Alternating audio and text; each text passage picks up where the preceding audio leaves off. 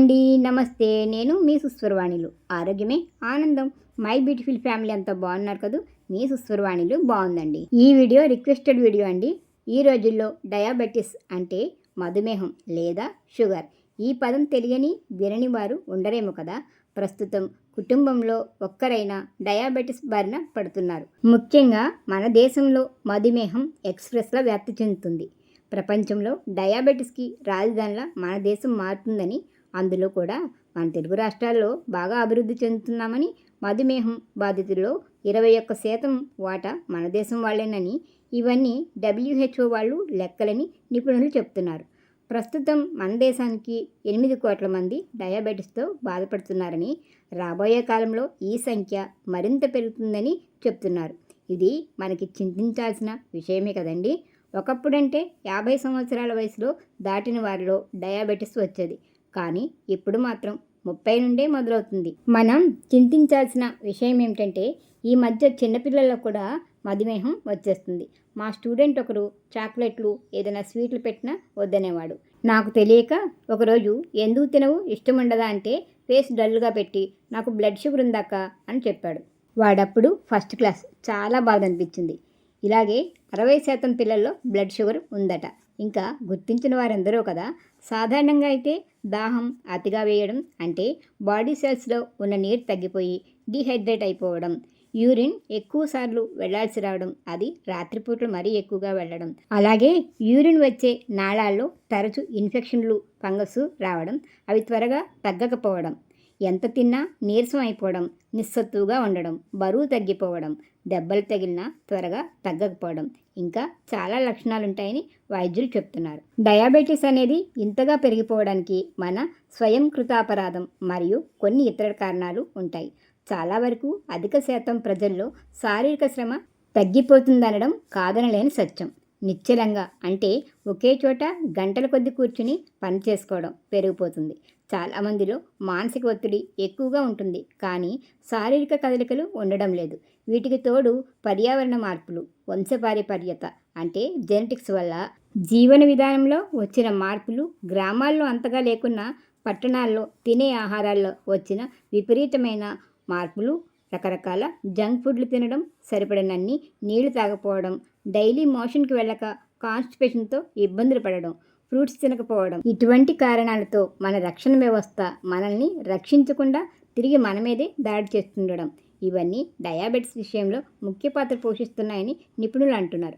మన దేశంలో పేరెంట్స్ ఇద్దరికీ డయాబెటిస్ ఉన్నవారి పిల్లల్లో 7% మందిలో జీవితకాలంలో షుగర్ బారిన పడతారట. మన జీన్స్లోనే ఉంది కదా, ఎలా తప్పించుకోగలమని నిరుత్సాహపడకుండా ఆరోగ్యకరమైన మంచి ఆహారం, ఎక్సర్సైజ్, జీవన విధానంలో మార్పులు చేయడం ద్వారా షుగర్ని నివారించవచ్చని, నిరుత్సాహపడవలసిన అవసరం లేదని, ఆత్మవిశ్వాసాన్ని పెంచుకుని సమస్యని అధిగమించాలని వైద్యులు సూచిస్తున్నారు. సాధారణంగా టైప్ 1 డయాబెటిస్ చిన్నపిల్లల్లో వస్తుంది. వీరిలో ఇన్సులిన్ ఉత్పత్తి కాదు. టైప్ 2 మధుమేహం పెద్దల్లో వస్తుంది. వీరిలో ఇన్సులిన్ తగ్గొచ్చు, తగ్గకపోవచ్చు. చాలామందిలో స్థాయికి మించి రక్తంలో ఇన్సులిన్ ఉంటుంది. అయితే వారి శరీర కణజాలం ఆ ఇన్సులిన్ ఉపయోగించుకునే స్థితిలో ఉండదట. దీనినే ఇన్సులిన్ రెసిస్టెన్స్ అంటారు. ఇది మన వాళ్ళలోనే ఎక్కువని, దీనికి కారణాలు మన ఆహార విధానాలు, వాటిలోని కల్తీలు కారణం కావచ్చట. అలాగే మన ఆహారంలో ఎక్కువ కార్బోహైడ్రేట్స్ అంటే పిండి పదార్థాలు తీసుకోవడం, తినే ఆహారంలో ఫైబర్ తగ్గిపోవడం, శరీర సాధారణ జీవన ప్రక్రియలకు పని చేయడానికి మించి ఆహారం తీసుకోవడం కూడా కారణమట. మీరు గమనిస్తున్నారా? మన దేశంలో చాలామంది శిశువులు పుట్టడం తక్కువ బరువుతోనే పుడతారు.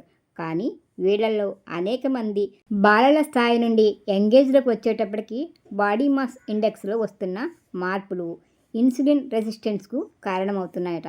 ఇటువంటి వారిలోనే ఎక్కువగా ఒబేసిటీ అవుతున్నారని వైద్యులు చెప్తున్నారు. డయాబెటిస్ నుండి తప్పించుకోవాలంటే మన జీవన విధానంలో మార్పులు అవసరం.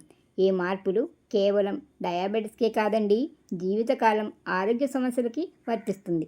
దీనికి ప్రధానంగా చేసే పనికి తగ్గ పోషకాహారం, రోజులో కనీసం కాసేపైనా ఎక్సర్సైజ్ చేయడం, ప్రతిరోజు క్రమం తప్పకుండా అరగంట నడవడం, అవకాశం ఉన్నవారు స్విమ్మింగు, రన్నింగు చేయడం మంచిదని, గంటల తరబడి ఒకే చోట కూర్చోకుండా మధ్య మధ్యలో లేచి అటు ఇటు నడవడం, శరీరానికి సూర్యరశ్మిని ఇవ్వడం. దీనివల్ల శరీరం రిలాక్స్గా ఉంటుందని, మానసికంగా ఉత్సాహంగా ఉంటుందని, వీటన్నిటితో పాటు ఫైబర్ ఎక్కువగా ఉన్న ఆహారం తీసుకోవడం, అధిక బరువుని నియంత్రించుకుంటే డయాబెటీస్ వచ్చే అవకాశం 60% తగ్గిపోతుందని వైద్య నిపుణులు చెప్తున్నారు. ఏదేమైనా ఆరోగ్యం పైన ఆర్థిక పరంగా ఎక్కువ ప్రభావం చూపే డయాబెటీస్ గురించి ప్రతి ఒక్కరూ ఎవరి జాగ్రత్తలు వారు తీసుకుంటే మంచిది కదా. ఏమంటారు? నాకు తెలిసిన నేను తెలుసుకున్న విషయాలను ఇక్కడ మీతో పంచుకున్నాను. వీడియో నచ్చితే లైక్ ఇవ్వండి. మీరిచ్చే లైక్ వల్ల వీడియోని మరికొందరు చూసే అవకాశం కలుగుతుంది. మీకు నా వీడియోల్లో ఒక్క పాయింట్ నచ్చినా, కొంచెమైనా ఉపయోగం అనిపించినా మన ఛానల్ని సబ్స్క్రైబ్ చేసి బెల్ సింబల్ని క్లిక్ చేయండి. నేను ఎప్పుడు వీడియో పెట్టినా మీకు వెంటనే నోటిఫికేషన్ వచ్చేస్తుంది. వీడియోని మీ ఫ్రెండ్స్ అండ్ ఫ్యామిలీస్కి షేర్ చేసి సుస్వరవాణిలు అనే చిన్న మాటని స్ప్రెడ్ చేసి నన్ను ప్రోత్సహిస్తారు కదూ. మరొక వీడియోతో మళ్ళీ కలుసుకుందాం. అంతవరకు సెలవు మరి. నమస్తే.